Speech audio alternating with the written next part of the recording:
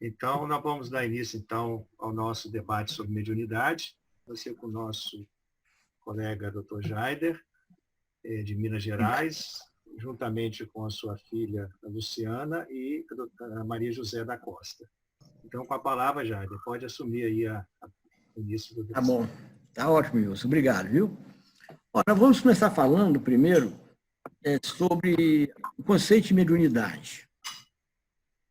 Mediunidade é a capacidade que um indivíduo tem de percepção das várias dimensões que povoam o universo. Não é simplesmente a conexão mental de um espírito com o outro. É muito além disto. É a capacidade que o indivíduo tem de perceber para que a consciência analise. Então, essa capacidade, ela é evolutiva. Então, nós temos uma mediunidade que ela evolui justamente com a capacidade mental de um indivíduo e a sua capacidade de sentir. À medida que o indivíduo, vamos dizer assim, de um nível, de um troglodita, por exemplo, ele tem uma mediunidade que vai evoluir para a de um querubim, de um arcanjo. Esse troglodita percebe poucas coisas e um arcanjo tem capacidade de perceber. Então é isso que é mediunidade. Ela evolui com o evoluir do indivíduo. Agora, essa mediunidade também, ela pode sofrer vamos dizer assim, um up, né, vamos dizer, ela pode, um aumento transitório, provisório, para que uma pessoa possa alcançar um padrão vibratório nesse sentido maior, a fim de que ela possa traduzir-se em trabalho, tanto regenerativo dela, como coletivo. É a mediunidade-tarefa, se fala. Nós, aqueles que não têm mediunidade-tarefa, vivem aí no mundo trocando pensamentos, porque o simples fato do indivíduo pensar já faz com que ele se comunique. Mas acontece que a mediunidade-tarefa é diferente. É essa mediunidade que o Kardec falou da faculdade mediúnica. Então, vamos falar o que é faculdade mediúnica. Vamos supor, geralmente, os indivíduos que recebem a mediunidade como tarefa é um adendo, vamos dizer assim, na sua implementação psíquica, visual, de percepção, para que isso aí possa ser traduzido para ele, né, em libertação, em trabalho, em evolução. Geralmente, os médiums são os indivíduos mais complicados na evolução. É o contrário que se pensa. Às vezes fala assim, o meu indivíduo tem um dom lindo de mediunidade, deve ser muito evoluído. Não estou dizendo que ele não é evoluído, mas ele é muito endividado perante a harmonia cósmica. E é uma das maneiras mais rápidas que o indivíduo recebe, de maiores possibilidades de evolução, num pequeno espaço de tempo. Então, vamos dizer, quando o indivíduo vai receber a mediunidade-tarefa, ela é combinada no plano espiritual, diante das necessidades evolutivas dele, diante da necessidade dele ficar em paz, ressarcir-se dos problemas do passado, na própria consciência. Então, o indivíduo recebe essa incumbência e um espírito designado vai trabalhar com ele. Nem sempre é o mentor dele, mas um espírito que eles programam um trabalho junto e esse espírito vai ficar mais perto dele nos trabalhos que eles vão fazerem juntos. Para isso, a faculdade mediúnica do indivíduo é trabalhada. O que seria a faculdade mediúnica? Aquelas camadas do perispírito mais próximas, em termos de vibração, mais próxima da Terra, são trabalhadas. O duplo etérico desse indivíduo é exaustivamente trabalhado. Ele é o elemento mais importante na tarefa mediúnica, na mediunidade-tarefa. Ele é o mais importante. Esse duplo etérico Ele é que faz a ponte entre o perispírito e o corpo físico, entre a quarta e terceira dimensão, nas suas várias camadas estratificadas, etéricas estratificadas. Então, esse duplo etérico é preparado e, automaticamente, é ele que mantém o nosso corpo físico vivo, as funções do corpo que dá é o duplo etérico. E dia virá que a medicina vai fazer a parte curativa no corpo físico e a preventiva, aliás, a parte curativa no duplo etérico e a preventiva no corpo físico. Porque a doença, quando aparece no corpo físico, já passou pelo duplo etérico. Então, esse duplo etérico é trabalhado de maneira que ele facilite uma libertação do espírito, do perispírito, do corpo físico, de uma maneira mais suave, para que o indivíduo, afastando-se do corpo, afrouxando os laços que prendem ele ao corpo físico, ele consegue uma maior sintonia na outra dimensão, na quarta dimensão. Essa facilidade que ele tem. Isso seria, em síntese, a faculdade mediúnica. Como é que se daria esse processo?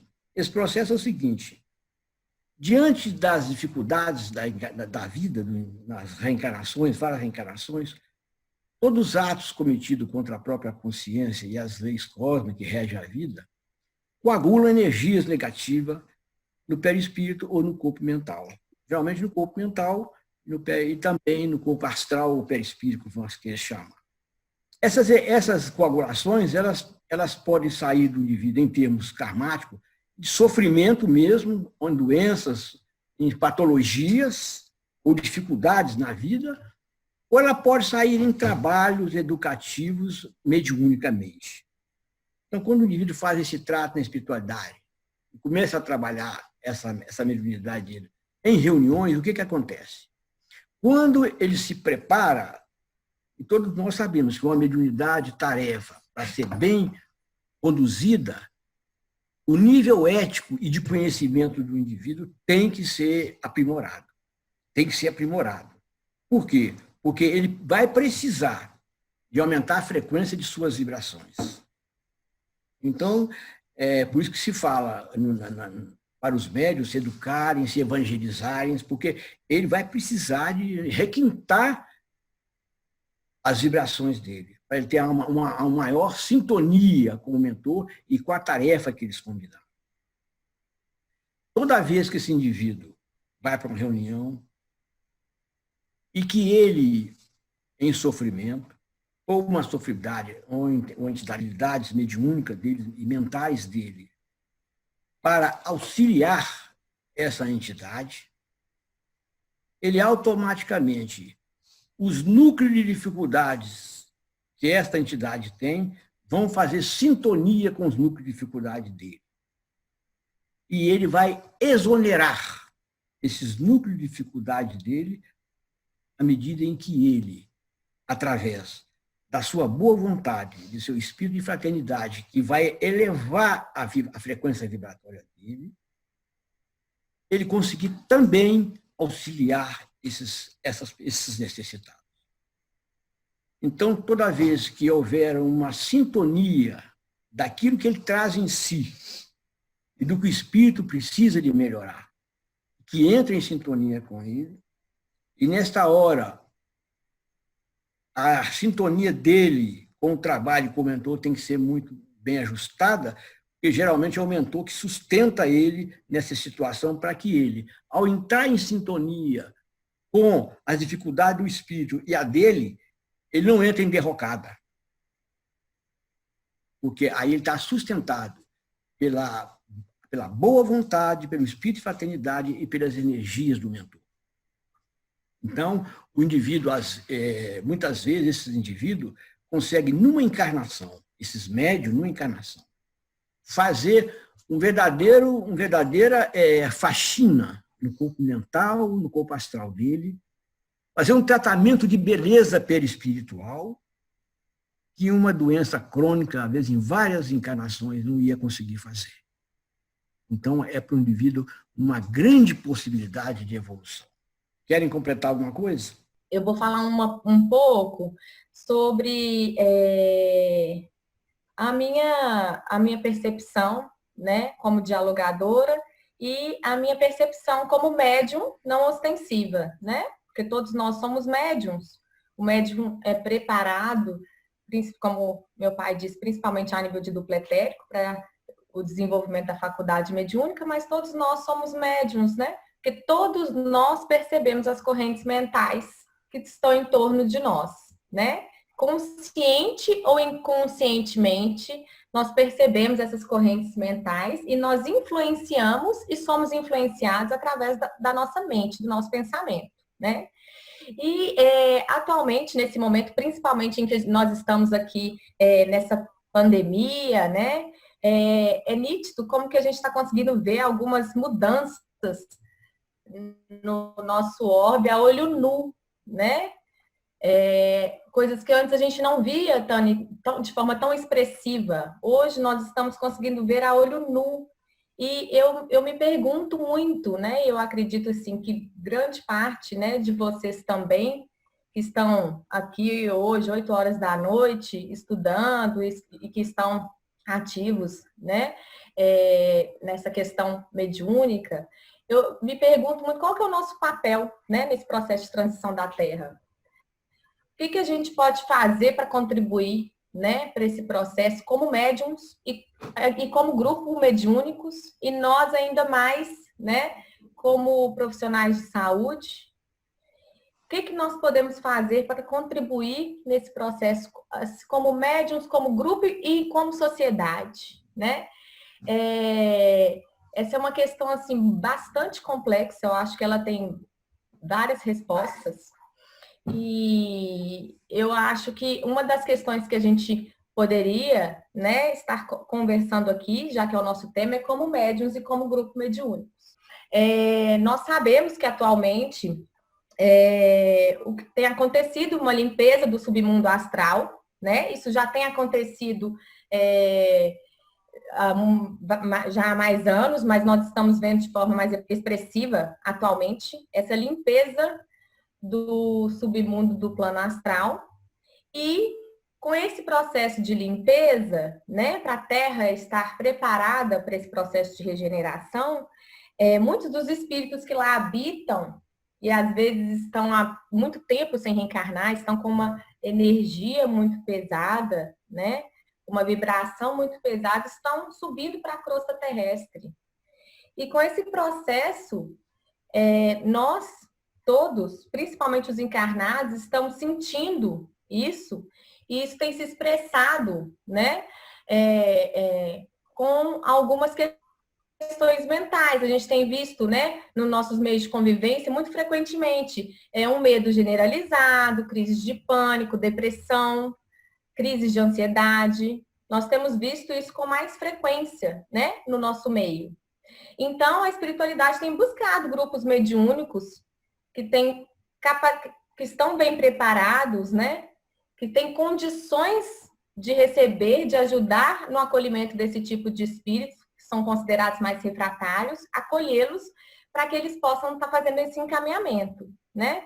Então, acho que esse é um primeiro ponto em questão que eu gostaria de estar falando hoje. Nós, como grupo mediúnico, hoje, nesse momento, nesse marco, nesse processo de transição do nosso orbe, né? O que nós podemos estar fazendo? Como nós podemos atender o chamado da espiritualidade, assim como grupo, né?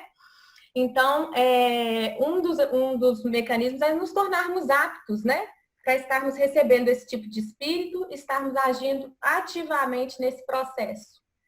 E o trabalho que a gente tem realizado, né, lá na AMENG, no nosso grupo, que é o grupo G1, o grupo de estudos Espiritismo e Medicina, é esse trabalho de realizar esse estudo, né, para que nós possamos nos tornarmos cada vez mais aptos para formarmos uma parceria com a espiritualidade, né? Muitas vezes a gente acha que nós somos apenas veículos numa reunião mediúnica, né? Ou então, ou veículos passivos ou doadores de ectoplasma, o que é muito importante, mas nós estamos nos preparando para fazermos esse trabalho de parceria. Essa preparação, como disse meu pai, é uma preparação mental.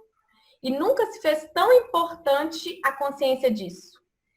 de que nós temos impacto no coletivo, né, através das ondas mentais que nós emanamos, né, e que nós temos condições de nos sintonizarmos com o mais alto e de trabalharmos, fazermos um trabalho de parceria respeitando a hierarquia da espiritualidade, né, sempre respeitando a hierarquia, mas fazermos com eles um trabalho de parceria, trabalhando ativamente, conscientemente nos processos mediúnicos, né? Então, eu acho que isso é de extrema importância, porque a gente tem o hábito de falar que a Terra está em regeneração, né? Que não deixa de estar certo, mas nós precisamos lembrar que nós, no meu ponto de vista, todos nós estamos aptos a ficar, né, no orbe. No meu ponto de vista, todos nós que estamos aqui assistindo essa palestra, estamos aptos a ficar no orbe. Então, nós somos, como aptos a ficar no orbe, nós somos espíritos em regeneração.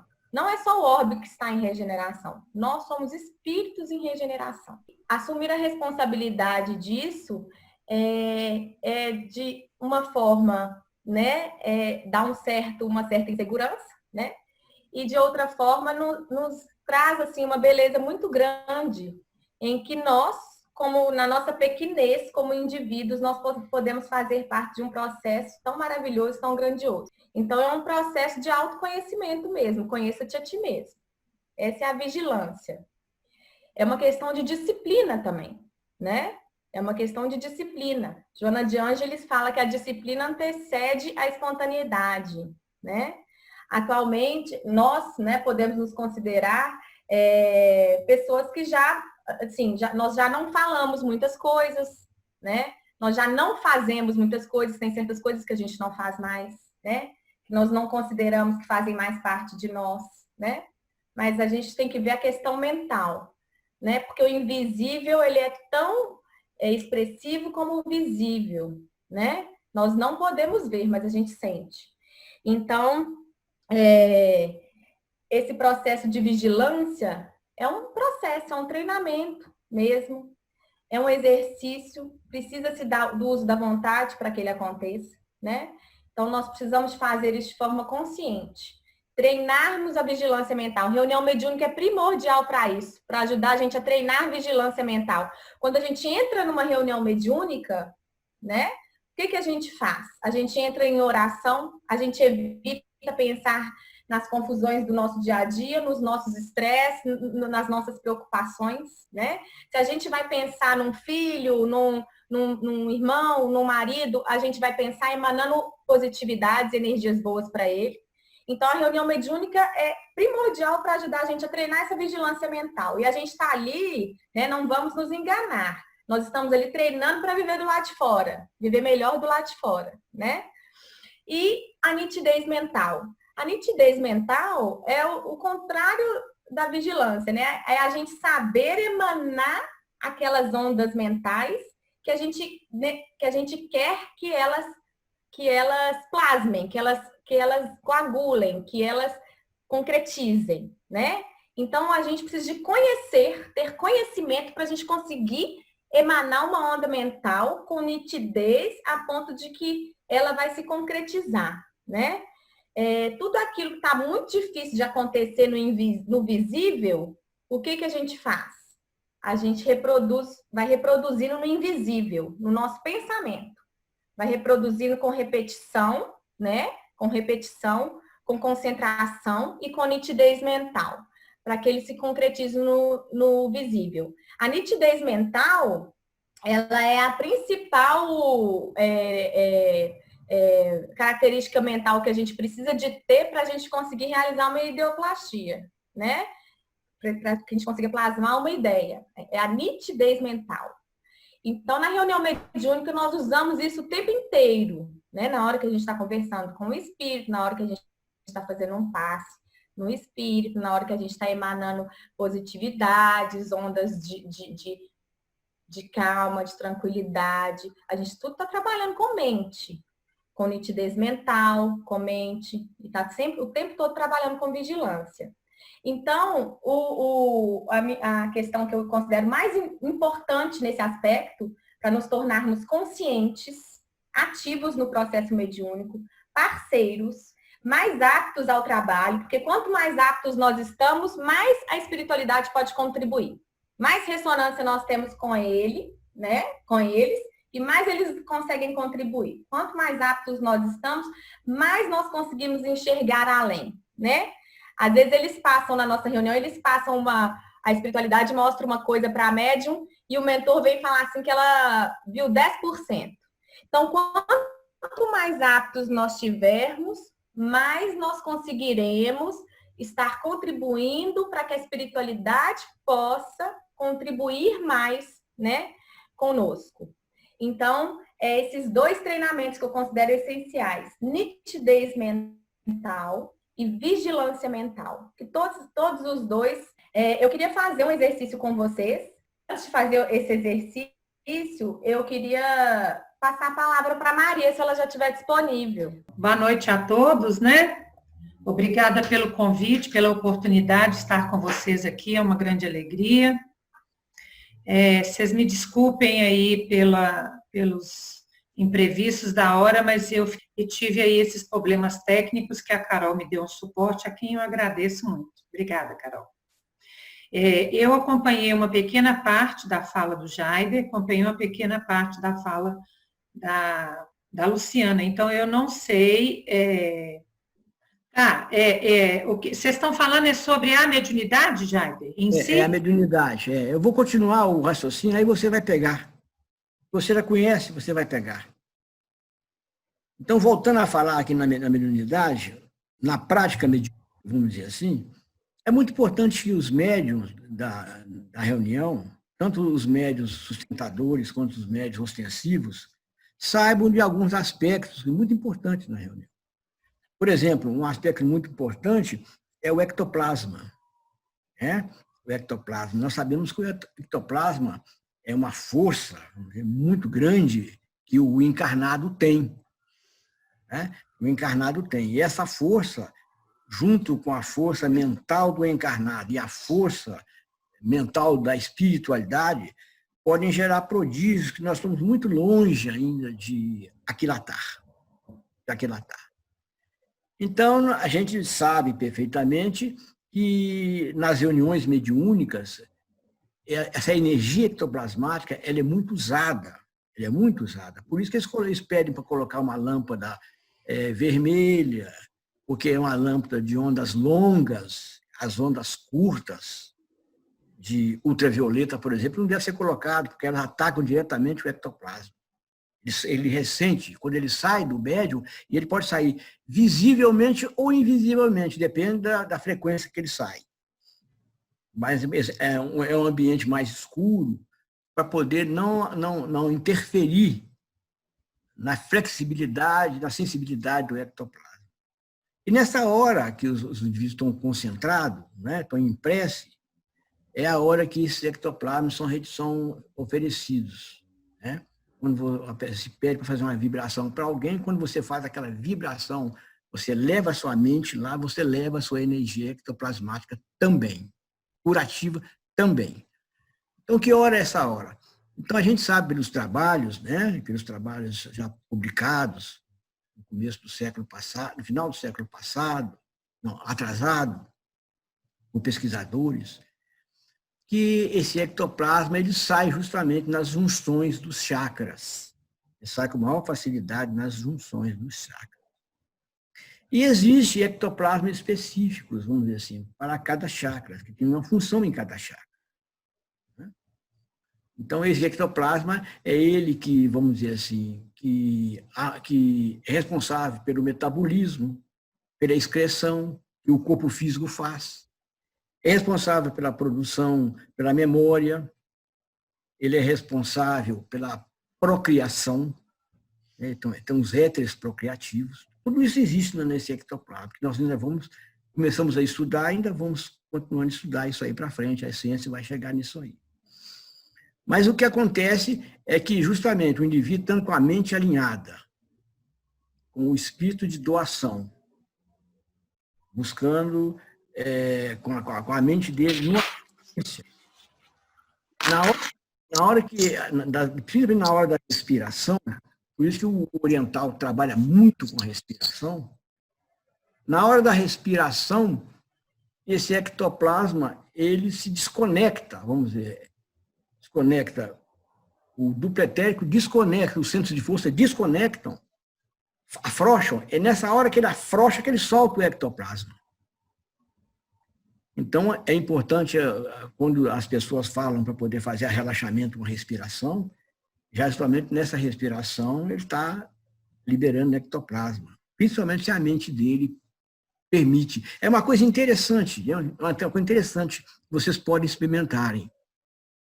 Na hora que vocês estiverem concentrados na reunião e vão fazer a irradiação, mentalmente você autorize, vocês vão ver a diferença, mentalmente autorize a retirada do ectoplasma para ajudar alguém.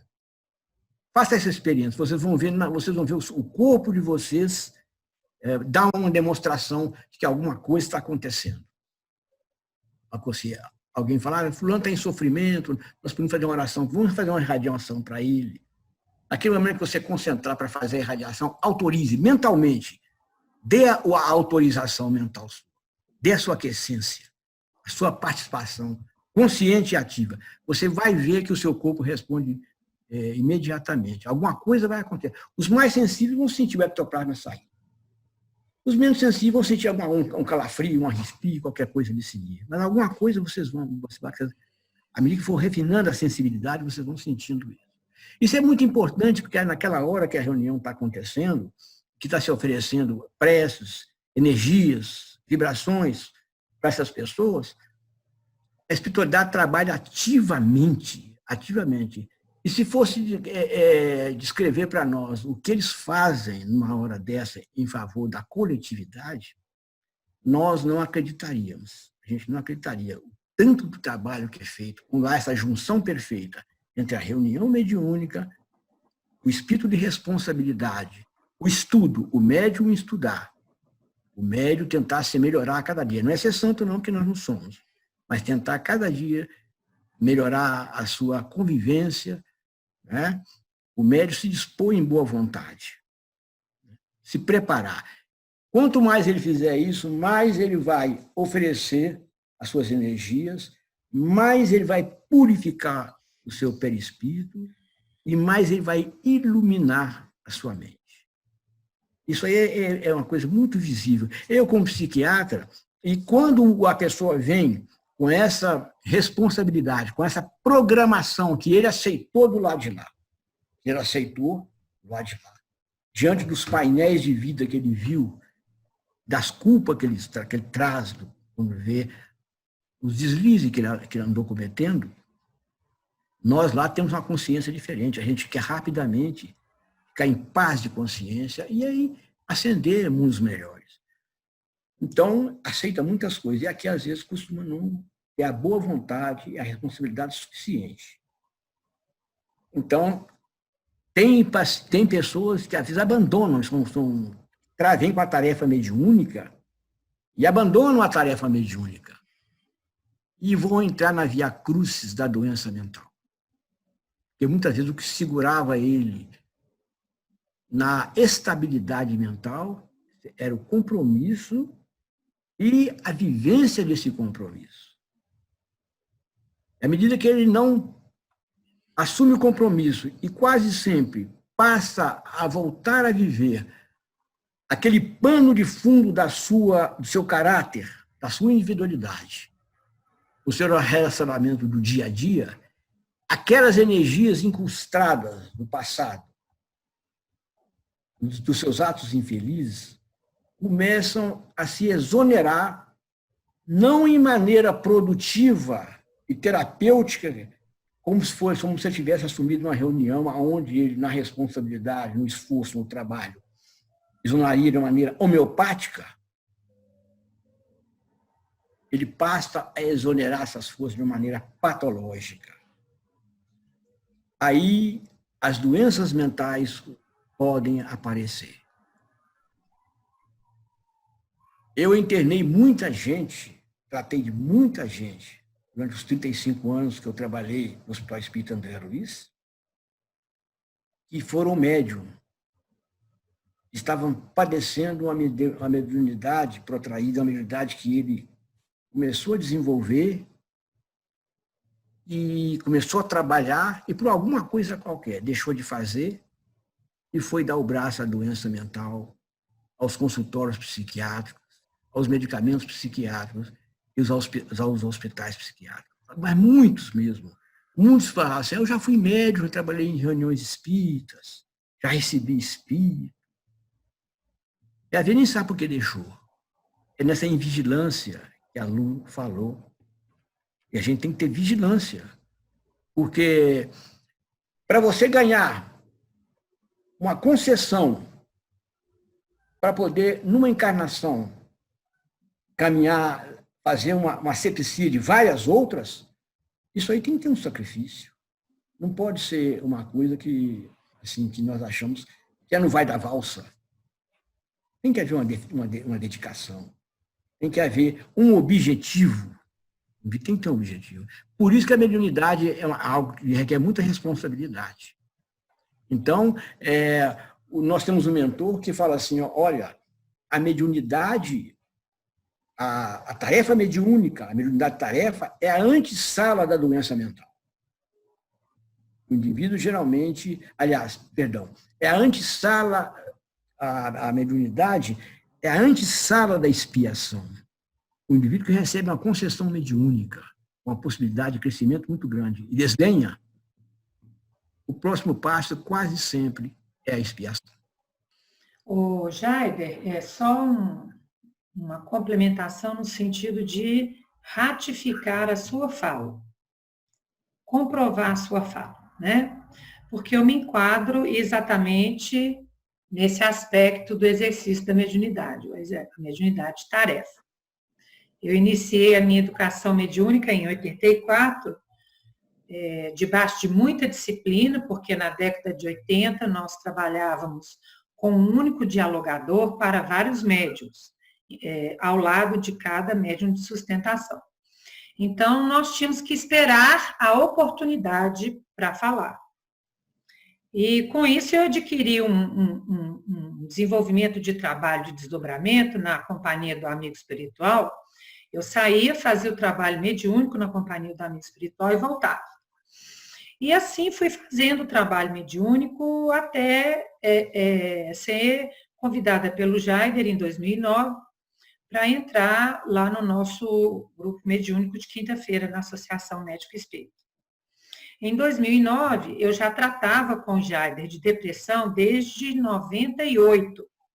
Então, eu tinha aí 11 anos de tratamento de depressão, né, que eu ainda trato com ele até hoje. E quando eu entrei na nossa reunião lá da MENG, eu entrei como um espírito que precisava executar a tarefa da mediunidade para buscar o seu equilíbrio psíquico e emocional, evidentemente. Então, sob a coordenação do Jaider, lá na reunião, eu tive a oportunidade de ir me educando, no sentido de tomar consciência da minha participação no trabalho da mediunidade. Não era simplesmente eu chegar lá, virar para o amigo espiritual e falar, está aqui a minha mediunidade, faz com ela o que você achar melhor. Então, assim, a mudança de postura foi gradativa, mas o objetivo era de que o intercâmbio mediúnico fosse realizado de forma consciente e no sentido de quê? De que eu tome uma atitude mais proativa no exercício da mediunidade. Foi a primeira coisa que eu aprendi com o Jaider lá. A proatividade do médium, a responsabilidade do médium de participar do trabalho de forma ativa. Segundo aspecto que eu fui educada foi para falar mais baixo, que nós tínhamos vários núcleos de trabalho simultâneo, várias equipes de trabalho simultâneas, ainda é assim até hoje. Então, para que houvesse uma certa harmonia, né, dentro do nosso ambiente de trabalho, o Jaider foi me educando para falar cada vez mais baixo e de lá para cá, nesses 11 anos, eu fui me condicionando a falar cada vez mais baixo dentro do trabalho mediúnico. Outro fator que eu conquistei eu me considero ainda uma médium em educação mediúnica, foi o fato de, antes de dar a incorporação ao espírito necessitado, eu narrar para o dialogador o que é que eu estava percebendo no plano espiritual do ambiente de trabalho. Mas antes, uma condição primordial para qualquer exercício mediúnico foi, antes de perceber qualquer coisa no ambiente mediúnico, eu entrar na faixa de sintonia com o meu amigo espiritual. Então, é prece, né? Tudo isso que já foi falado aqui, oração, prece e amigo espiritual, logo em seguida, nessa sequência. Do amigo espiritual, criou-se, então, uma equipe, criou-se uma mediunidade da qual faziam parte o meu amigo espiritual, eu como médium e o meu dialogador. Porque com o passar do tempo, o Ernesto começou a mostrar determinadas situações mais graves de atendimento, e o Jaider oportunamente fazia algumas perguntas que ele respondia com relação ao trabalho, ou mesmo ele me passava espontaneamente, por exemplo, olha, nós vamos sair daqui, vamos numa legião, vamos prestar atendimento a um mago, e nós vamos encontrar isso assim, assim, então vamos fazer assim, assim. Aí eu passava para o Jaider está de acordo, podemos ir. Então, essa narrativa prévia do médium, do que vai acontecer, já prepara o dialogador para o que há de vir. Então, aí passa-se assim uma produção mediúnica bastante afinada com a espiritualidade. Porque nós entendemos que a produção mediúnica ela tem composta de 3 fatores: médium, mentor e meio. O médium é a nossa parte anímica mesmo, né? O que a gente tem de conhecimento, a nossa boa vontade, a própria faculdade mediúnica em si. O mentor, ele é aquele amigo espiritual que é responsável pelo desenvolvimento da sua mediunidade no trabalho. Não quer dizer, obrigatoriamente, que ele seja o amigo espiritual que avalizou a nossa encarnação. E o meio, que é um fator muito importante, que é o grupo onde nós estamos, tem que ser um meio extremamente afetivo, acolhedor às diferenças e aos diferentes.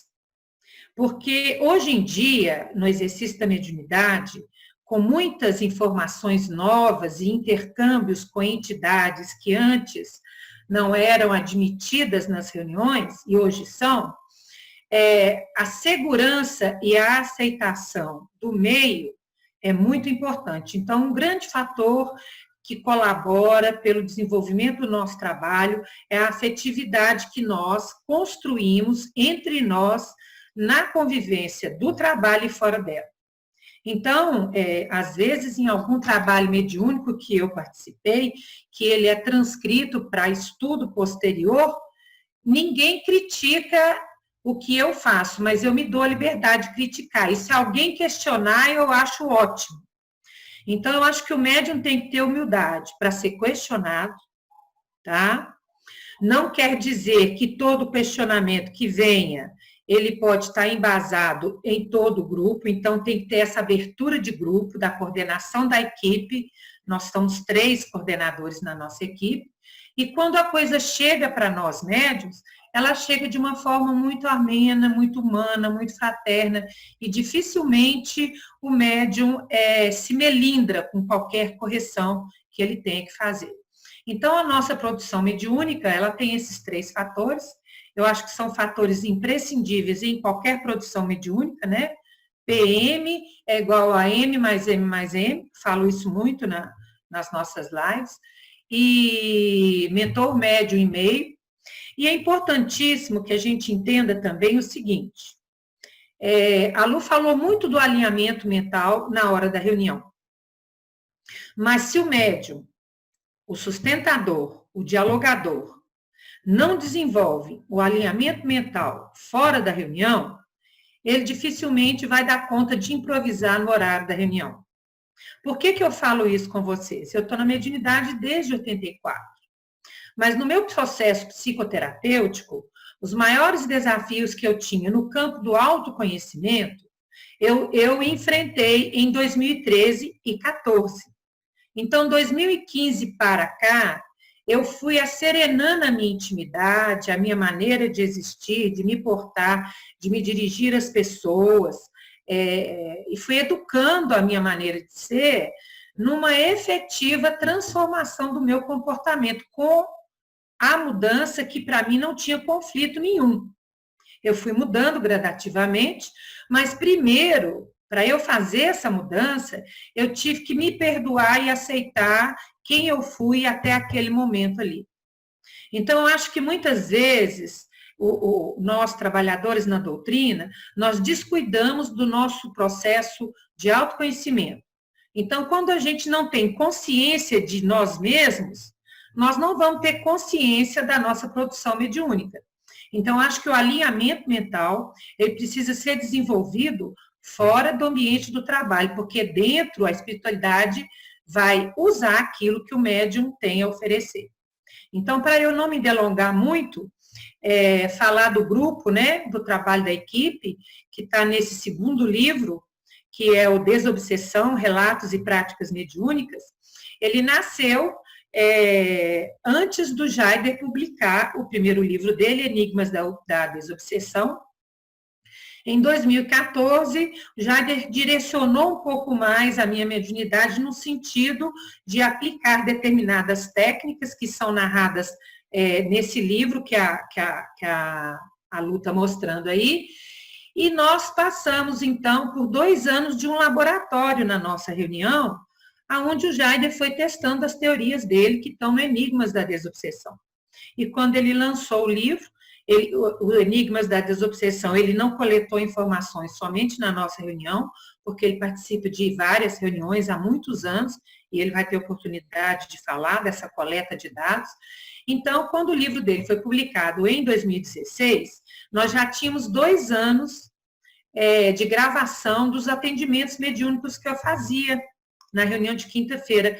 Inicialmente, eles foram transcritos somente para estudo dentro do grupo.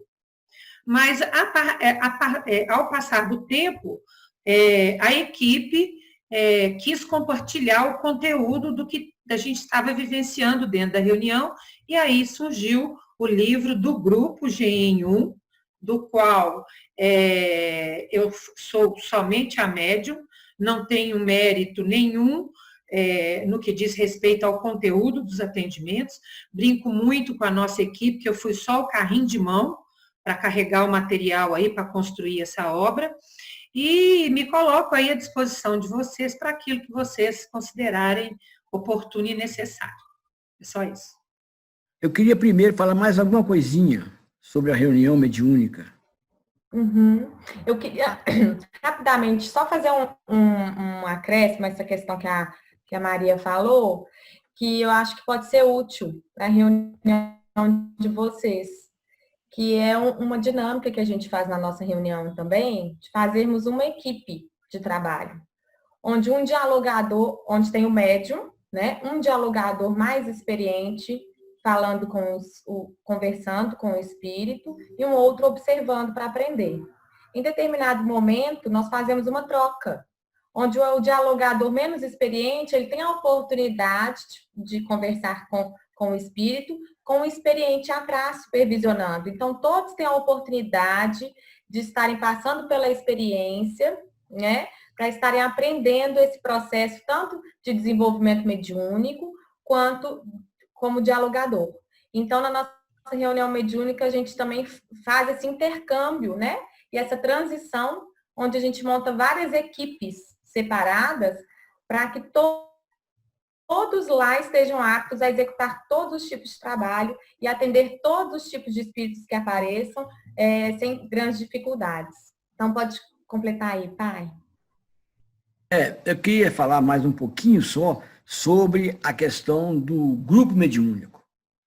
A maior defesa que o grupo mediúnico tem, como disse a Maria, é a afetividade entre os componentes. Por que isso? Muitas coisas a gente hoje está conseguindo entender em termos de energias. Em termos de energias. O eletromagnetismo, dos estudos dos átomos, essas coisas, das correntes mentais, né? A gente sabe que tudo que existe no plano físico, existe no plano espiritual, em termos de magnetismo. Se aqui nós temos uma corrente elétrica que gera um magnetismo, lá nós temos uma corrente mental que gera também um magnetismo, né? A corrente mental aqui está na terceira, a corrente elétrica aqui está na terceira dimensão, a corrente mental está na quinta dimensão, na quarta e na quinta dimensão, né? Porque o que expressa o pensamento do indivíduo é o corpo mental, mas quem pensa é o espírito. Então, o corpo mental expressa o pensamento, o corpo astral expressa as emoções, e o corpo físico, às vezes, executa aquilo que o mental, o astral estão trabalhando, né?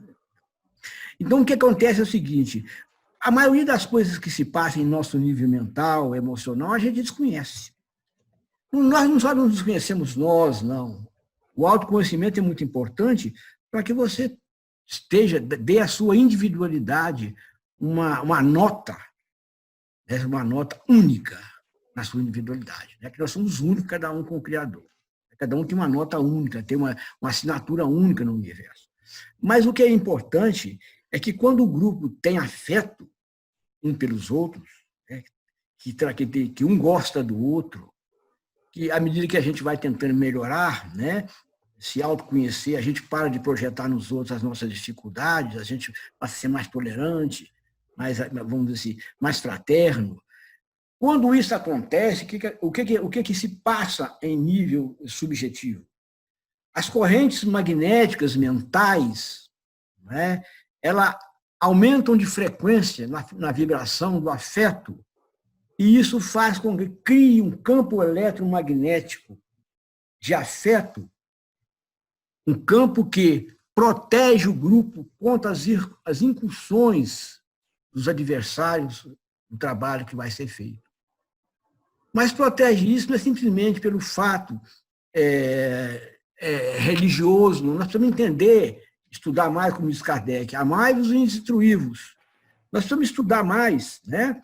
E acho que o grupo mediúnico que quer crescer um pouquinho tem que ler mais um pouquinho com atenção a André Luiz, e André Luiz fala muitas coisas nas entrelinhas, muitas.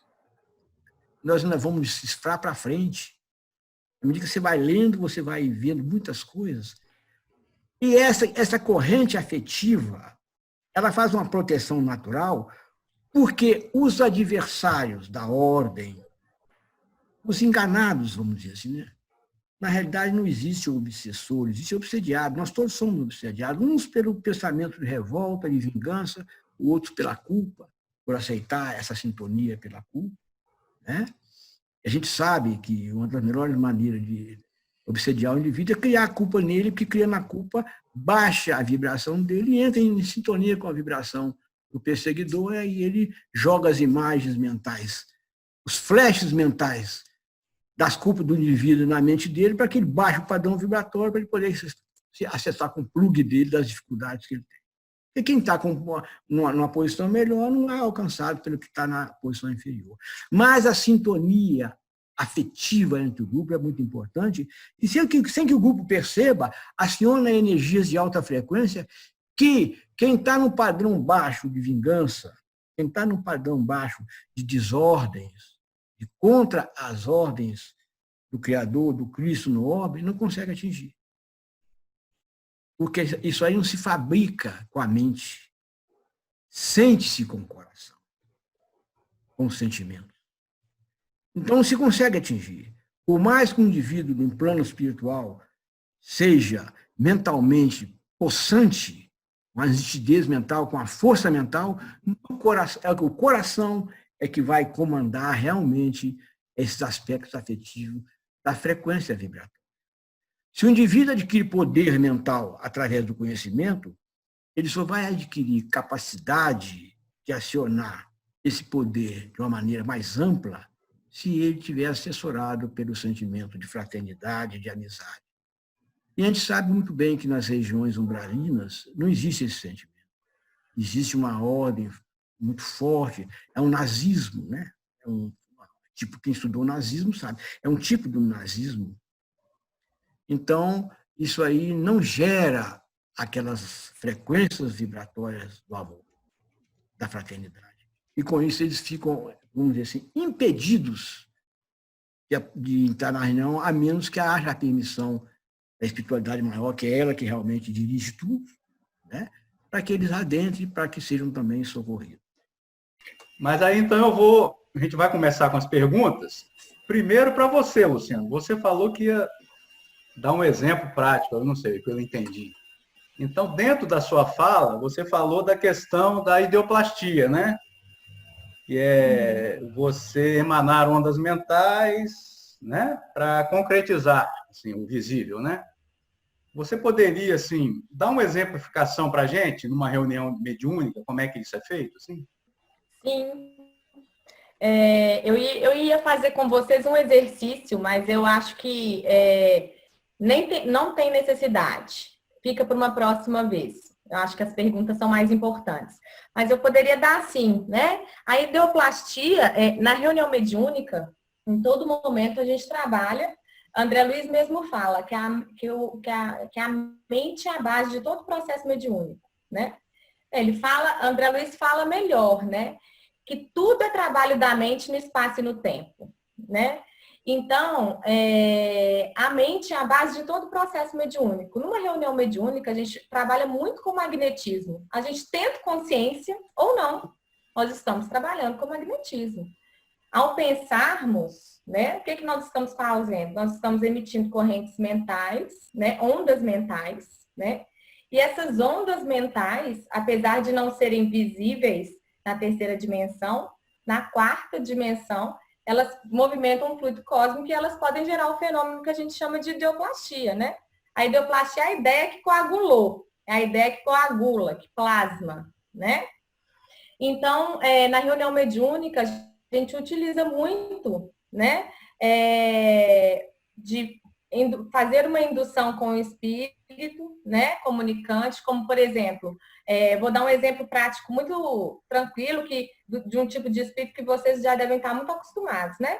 Um espírito chega ali desesperado, com dor, porque ele morreu, por exemplo, ele desencarnou num acidente de carro, ou queimado. Então, ele chega ali com uma dor aguda muito forte, muito presente, né?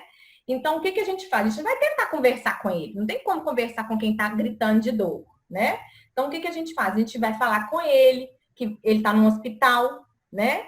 E que nós vamos dar para ele um medicamento, nós vamos fazer uma contagem de 1 até 7 e vamos dar para ele um medicamento que vai acabar com a dor dele no instante. No momento, a dor dele vai acabar. Então, a gente faz a contagem 1, 2, aí a gente já evoca Cristo, evoca Deus, né? Evoca as energias sublimes, né? Para nos ajudar no nosso fenômeno de ideoplastia. Aquilo que a gente não consegue, porque a gente não tem nitidez mental suficiente ainda, a espiritualidade completa. Então, nós vamos fazendo a contagem, 1, 2, 3, 4, 7. Você agora está sem dor. Você não tem mais dor.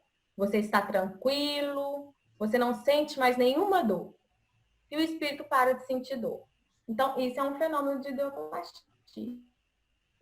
Ô Lu, completando aí a questão da ideoplastia, nós vamos lembrar das formas pensamento trazidas por Emmanuel e por André Luiz, que quando nós temos uma ideia fixa e ela é sustentada no espaço e no tempo, ela passa a existir a nível de matéria no plano espiritual. Então, quando nós estamos com determinado balão, digamos assim, um pensamento, né, como se fosse um balão de matéria sutil, impregnada da sustentação magnética nossa, nós estamos ali plasmando um objeto. Aquela forma pensamento, ela passa a ter a configuração de um objeto, né, com matéria densa no plano espiritual e vai ser perceptível por qualquer espírito que esteja na mesma faixa de vibração que nós estivermos. Nas nossas reuniões mediúnicas, já chegamos a plasmar, para usufruto do espírito necessitado, um copo de água. Estou com fome, estou com sede, então, olha, aqui está, nós estamos te oferecendo um copo de água. E a espiritualidade vai usar do quê? Vai usar do nosso ectoplasma e do fluido cósmico universal inerente ao ambiente da reunião e vai materializar para o espírito um copo de água. É importante que a gente saiba que nós temos uma força mental de transformar qualquer necessidade em realidade em favor do espírito. Pode ser uma bandagem, pode ser um emplasto, seja o que for que o espírito estiver necessitando, um cobertor quente para aquecê-lo. Tudo que a gente mentalizar junto ali está o amigo espiritual, a equipe dele, e os dois dialogadores, então, tem várias mentes fixas numa forma pensamento. Então, elas se materializam no plano astral. Uhum. Muito bem, isso mesmo, Maria. E é importante, né, Maria, lembrar como é essencial a palavra nesse momento, né? Os fenômenos magnéticos, eles acontecem sem você precisar de falar. Só de você pensar, eles acontecem. Mas a palavra, ela auxilia muito, porque ela faz com que o médio de sustentação que está do seu lado, ele mentalize o que você está falando junto com você. Você consegue ter maior nitidez mental quando você fala o que você está fazendo, porque nós ainda somos dependentes da palavra. Então, você consegue ter mais nitidez mental quando você fala. O mentor mentaliza junto e o próprio espírito comunicante. Seja ele refratário ou sofredor, quando você fala para ele o que você vai fazer, ele mentaliza mesmo sem querer aquilo que você está falando, né? Muito e para o bem. fenômeno de endoplastia ocorrer de forma mais efetiva, o que é de mais importante é a nitidez mental. Isso é um treino que todos nós, é muito difícil, né? Todos nós estamos no processo.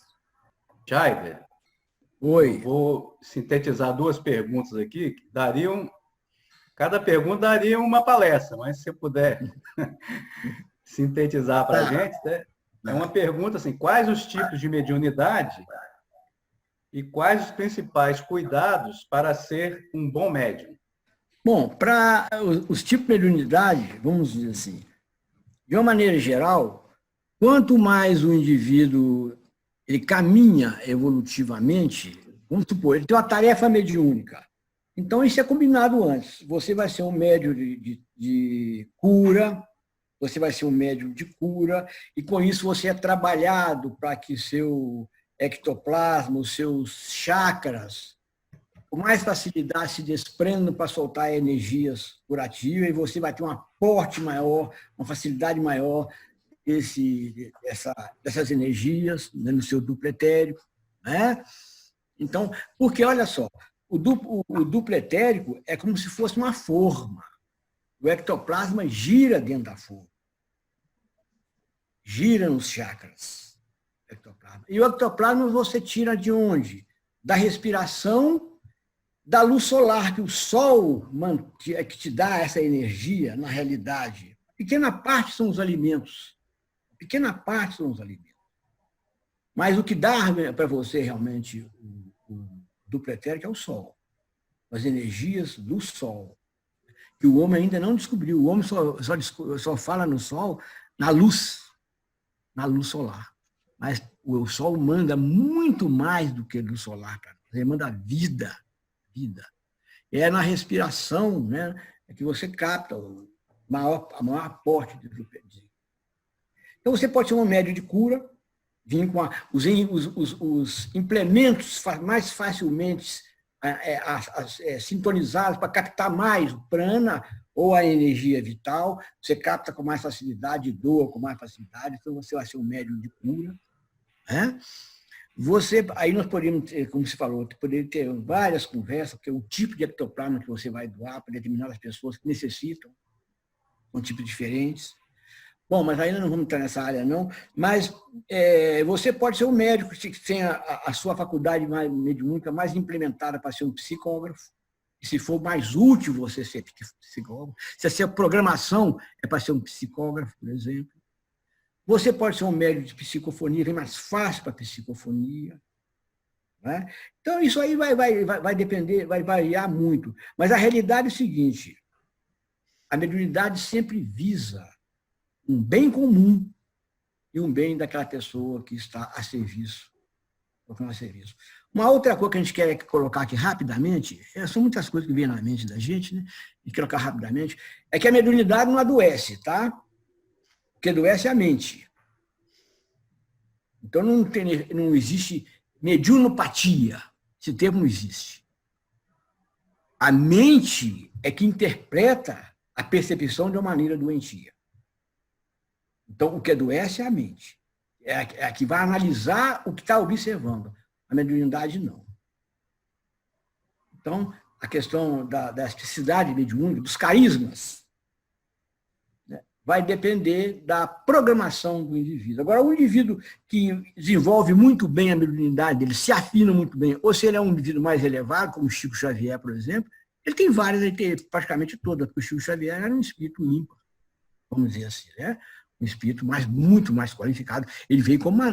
Eu acho que o Chico nem veio com mandato mediúnico, ele veio já com a conquista mediúnica. Mas o indivíduo, às vezes, vem no mandato mediúnico, que é uma outra coisa, o mandato mediúnico, uma coisa, uma ampliação, né? Com especificidade de cura, né? De psicografia, para poder escrever livros e livros e livros, etc. É também uma questão de treino, né? A gente vê muito constantemente um médium acostumado com a psicofonia, né? Que em algum momento específico ele necessita de fazer uma psicografia, né? A situação faz com que ele precise fazer uma psicografia. Então, ele utiliza da psicofonia, do fenômeno de psicofonia, fazendo uma psicografia. Ele faz um processo de adaptação, né? A gente vê médiums executando vários tipos diferentes, né? De mediunidade. É uma questão, acho que realmente de treino mesmo, de treinamento. E tem a outra pergunta, pai, que você não respondeu. Como fazer para ser um bom médium? O Kardec já ensinou, amai-vos e instruí-vos. Jair, tem uma pergunta aqui do YouTube. Você falou na importância do médium exercer a mediunidade, né? Aí a pergunta é o seguinte, quando a vida da pessoa já é uma expiação e ainda ela é médium, o que fazer?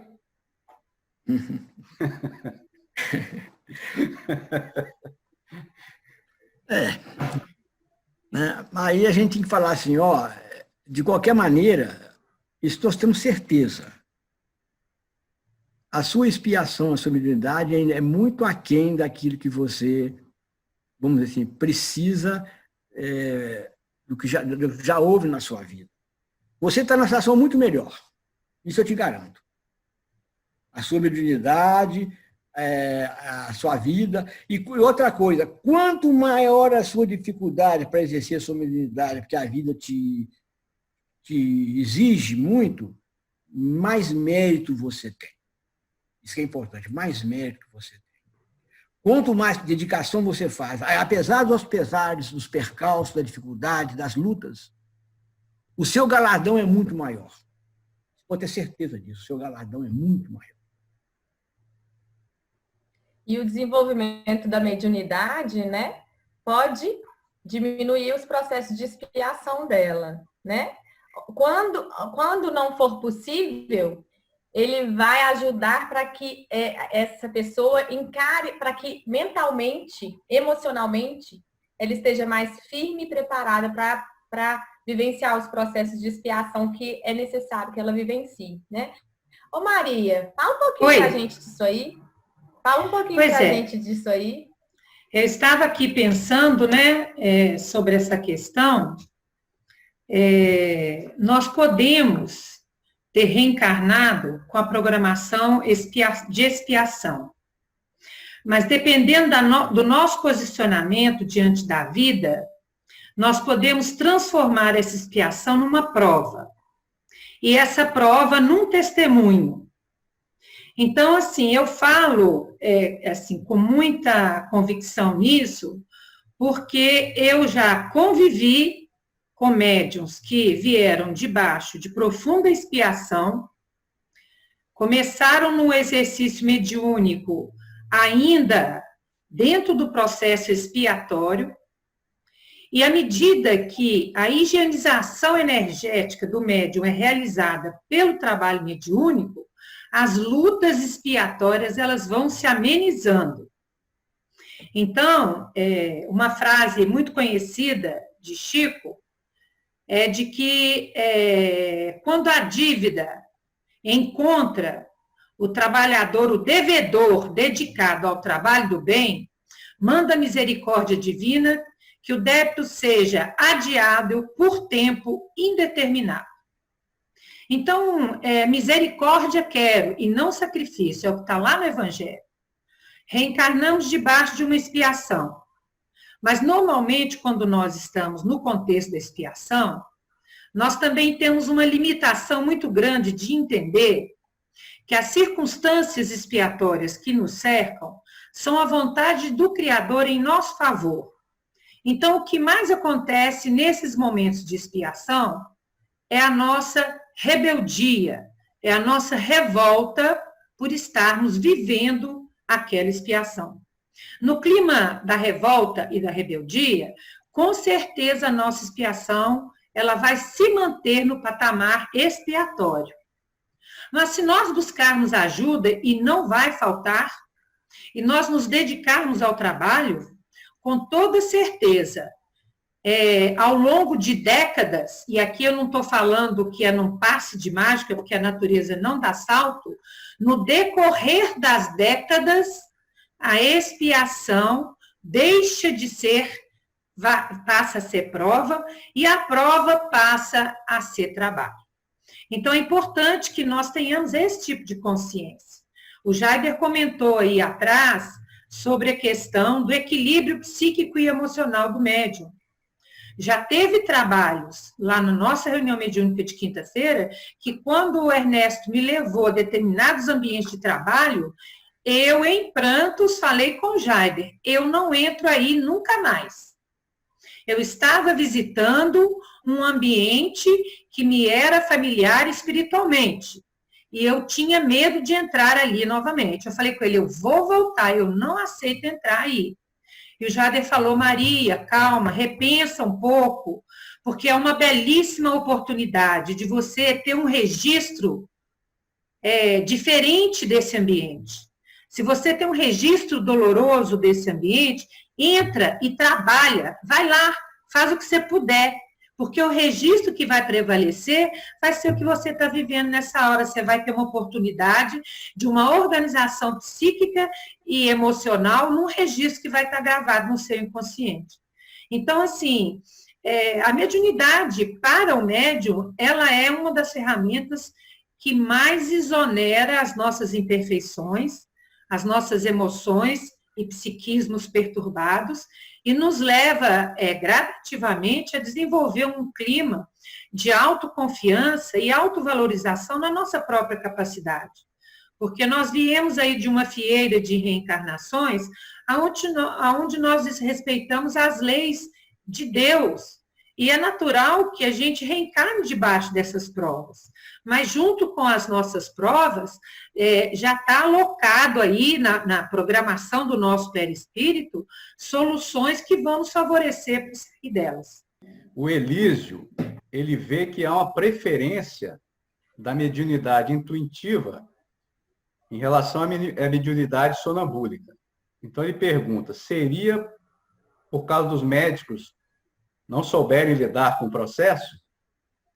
Olha, mais uma vez a necessidade do estudo, né? No livro de André Luiz, Nos Domínios da Mediunidade, nós vamos ver lá duas médiums que trabalham no bem com muito sucesso. Uma é consciente e a outra é inconsciente, ou seja, é sonambúlica e é consciente. Então, a médium que ela é consciente, ela trabalha como? Ela trabalha desdobrada, ela desdobra a mente dela que está sediada no perispírito, entra em contato com a mente do espírito comunicante, mas antes entrou em contato com a mente do amigo espiritual e depois da entidade comunicante. Os pensamentos que passam na mente da entidade são recebidos pelo médium, desdobrado, ele filtra e manifesta no corpo físico. Esse é o processo da mediunidade consciente. Ele faz um controle prévio daquilo que sai da mente do comunicante. Na mediunidade inconsciente, lá na obra, quem trabalha assim é a Celina. Eu não lembro o nome da outra médium. Na mediunidade inconsciente ou sonambúlica, o médium desdobra, tá? Toma ciência do trabalho e autoriza o espírito comunicante a acionar diretamente o aparelho cerebral. Então, a mente do espírito comunicante liga-se diretamente ao processo cerebral do médium através do duplo etérico, mas, ao mesmo tempo que ele transmite pela fala do médium, o médium desdobrado recebe instantaneamente e simultaneamente a comunicação e tem capacidade de exercer um controle na comunicação, não deixar que o espírito fale um palavrão, não bata numa mesa ou qualquer coisa assim. Então, de certa forma, a gente entende nessa obra de André Luiz que o médium ele é responsável por controlar a manifestação. Como que a gente pode desenvolver uma ou outra? Estudando-as previamente, estabelecendo um consenso entre o dialogador, ou os dialogadores da reunião e os médiuns da reunião, de tal forma que vagarosamente eles vão prestando atenção no próprio processo mediúnico. Agora, a falta de habilidade do médium, ela pode ser superada com o estudo e a prática. Pode ser que numa primeira, segunda, terceira vez, a vivência dessas duas nuances da mediunidade, elas não saiam com muito sucesso. Mas no processo de respeito, de aconchego do grupo com o médium, do médium na confiança com o dirigente, o desenvolvimento dessa mediunidade ele vai sendo construído por toda a equipe. Muito boa resposta. Uma outra pergunta aqui é se uma pessoa com doença mental, não fala qual, né, pode participar do desenvolvimento mediúnico. De uma maneira geral, a gente contraindica que ele tem uma doença mental. Agora, qual doença ele não falou? A gente contraindica psicoses, a gente contraindica que não é doença mental, mas a epilepsia, principalmente a mal controlada, a gente contraindica porque o indivíduo vai sofrer uma certa pressão e se ele tem um limiar convulsivo baixo, ele pode desencadear uma crise convulsiva. Então, a gente contraindica nesses casos, não é?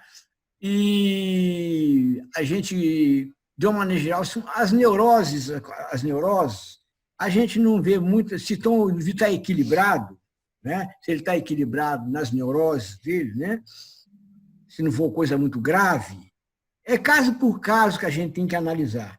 Mas eu vou rapidamente contar para vocês aqui uma coisa assim, que é muito importante.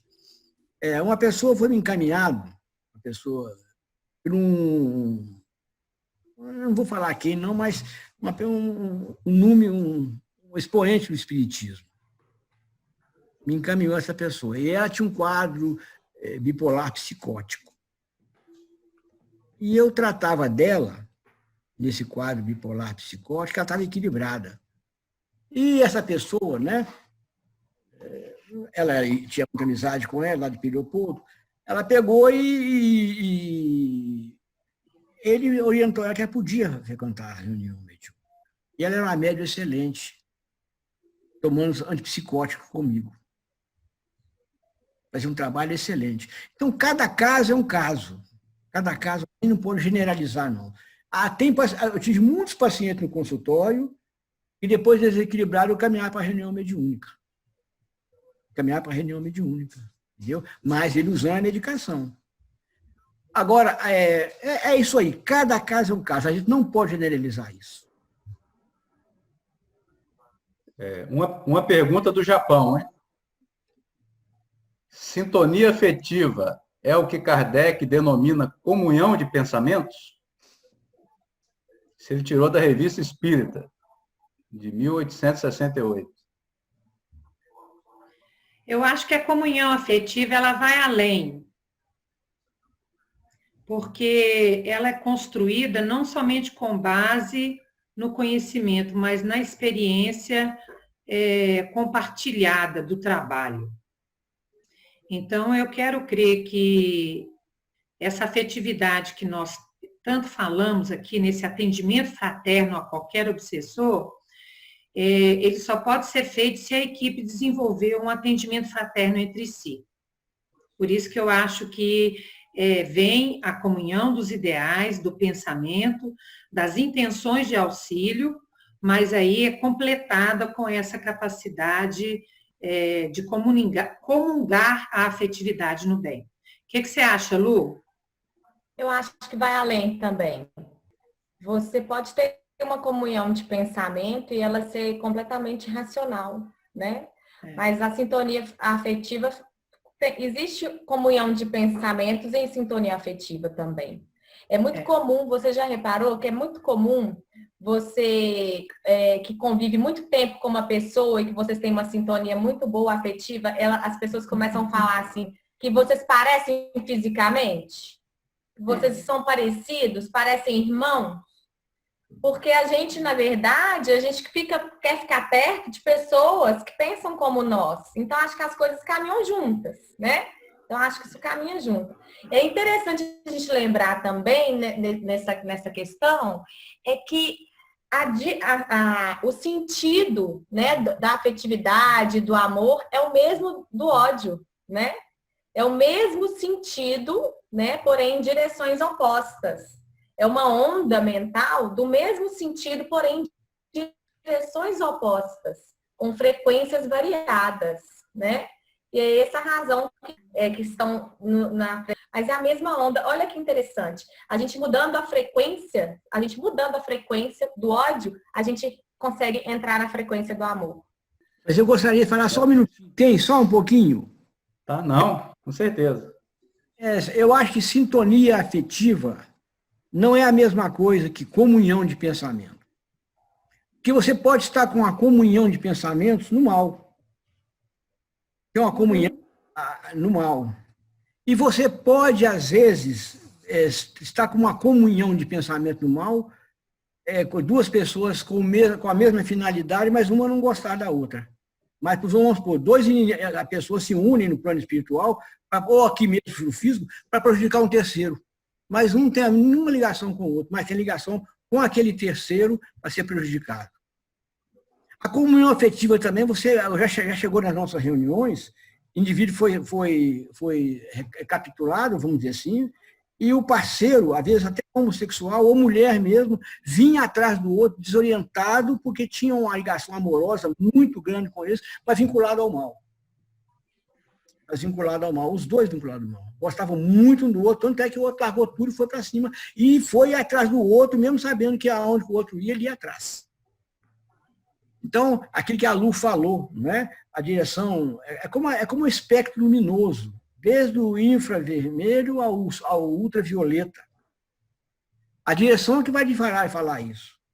Eu posso ter uma comunhão afetiva no bem, com as mesmas vibrações, pode ter uma comunhão afetiva no mal. A última pergunta, que veio do YouTube, é o seguinte: hipnose construtiva e ideoplastia são técnicas diferentes? Eu creio que sim. Não. Maria? Eu creio que então sim. Eu creio que sim. A ideoplastia você usa para poder suprir a necessidade do momento naquela hora ali. A coleta do ectoplasma, por exemplo, da nossa reunião, ela é mantida em vários tanques do plano espiritual, e nela, muitas vezes, eu identifico a espiritualidade colocando princípios ativos, curativos do plano espiritual, para fabricar várias matérias-primas. Agora, no sentido de uma hipnose, eu penso que já é para alcançar um resultado mental diferenciado. Traça-se um objetivo, né, para plantar uma ideia. Aquela ideia ela pode ser refugada a nível consciente no momento, mas a nível inconsciente a semente está plantada, né? Então, assim, eu acho que são duas técnicas, pode uma complementar a outra na hora ali, mas eu penso que a hipnose, ela é direcionada mesmo para poder plantar a semente de um pensamento no inconsciente do espírito. Eu posso virar para você aqui agora e falar assim, Lu, amanhã nós vamos colher rosas no jardim da Dona Rosa. E você vira para mim e fala assim, não, Maria, o jardim da Dona Rosa é dela. Nós não vamos lá colher rosas. Eu falo, então tá bom, tudo bem. Aí você fica com essa ideia plantada no seu inconsciente. De repente, amanhã, você precisa de uma rosa. Você pode não pegar a rosa dela sem consentimento, mas você vai lembrar que a Dona Rosa tem rosa. Aí você vai bater na casa dela e vai pedir uma flor. Então, eu acho que a hipnose, ela atua nesse nível, mas eu acho que quem tem que falar aí agora é seu pai. Não, mas deixa eu falar um pouquinho. Existem vários tipos de hipnose, né? Existem vários tipos de hipnose. Por exemplo, se você está num culto, tá? De uma igreja. Vamos dar um exemplo melhor. Aquilo que o Hitler fazia nos discursos dele. Aquilo é um processo de hipnose. Ele estava fazendo um processo de hipnose. O que a televisão faz com a gente, passando aquele tanto de notícia negativa, fazendo todo mundo vibrar a mesma corrente mental da negatividade. Aquilo é um processo de hipnose. Existem vários tipos de processos de hipnose, né? De hipnose. Na minha visão, tá? Na minha visão, a gente utiliza da hipnose na reunião mediúnica para conseguir o fenômeno de ideoplastia. Realmente não são a mesma coisa, não é a mesma coisa. A gente utiliza da hipnose com o objetivo de conseguir o fenômeno de ideoplastia na reunião mediúnica. Essa é a minha visão. Vamos ver se meu pai tem alguma coisa para completar. Mas acrescentando o que a Maria falou, porque eu concordo com esse tipo de hipnose que ela falou também, né? Existe esse tipo de hipnose que ela disse. Você lembra que você disse que quando você anuncia para o espírito o que você vai fazer, você já o predispõe a que isso se realize? Isso. Teve uma palestra que nós fizemos, seu pai falou assim, vamos fazer um exercício aqui com vocês agora. Eu vou falar uma palavra e vocês não vão pensar. Elefante. Você lembra disso? Lembro. Todo mundo pensou no elefante. Todo mundo pensou no elefante. Não pensem em elefante. Então, já pensamos, né? Então, assim, quando você fala, isso até é muito bacana a gente compartilhar com vocês aqui, porque quando o dialogador fala com o espírito, olha, nós vamos, neste momento, aplicar uma energia calmante no seu frontal, para que você possa ter mais lucidez no seu pensamento, para que as energias que estão turbilhonando a sua mente, elas possam ser acalmadas por essa energia. E aí você já impõe as mãos e já vai contando. Quer dizer, só o fato de falar que vai fazer, você já induziu o espírito a viver o que você está propondo. E na contagem ele vai interiorizando a ideia. Se uma contagem não deu, você repete outra, até conseguir o objetivo. É o processo de hipnose, você passa para o outro o comando da sua mente. Né? Tem um indutor, você é o sujeito, o indutor, você passa para ele o controle da sua mente. Agora, a ideoplastia, ela depende, primeiro, da nitidez mental. A nitidez mental. E segundo, da persistência. Se você hipnotiza um indivíduo, na realidade, quando ele entra em transe, ele afrouxa os laços com o corpo físico, adquire maior capacidade, porque ele está mais ou menos no plano espiritual, onde a ideoplastia é muito mais fácil, onde a matéria do plano espiritual obedece ao comando mental. Se você tira ele dali, você faz uma indução para poder afrouxar esses laços dele. A primeira coisa que tem que haver na hipnose é a confiança. O indivíduo tem que ter confiança em você, para passar o comando mental para você. Então, quando ele passa o comando mental para isso aí tem várias etapas, não dá para falar aqui. Quando ele passa o comando mental para você e você começa a falar, ele começa a aceitar, ele estando mais num plano relaxado, mais no plano espiritual, ele vai começar a produzir as imagens mentais que você está falando. Quanto mais nitidez você fala com ele, mais nitidez ele consegue no plano mental, mais nítida é a imagem. Agora, aí vai depender de quê?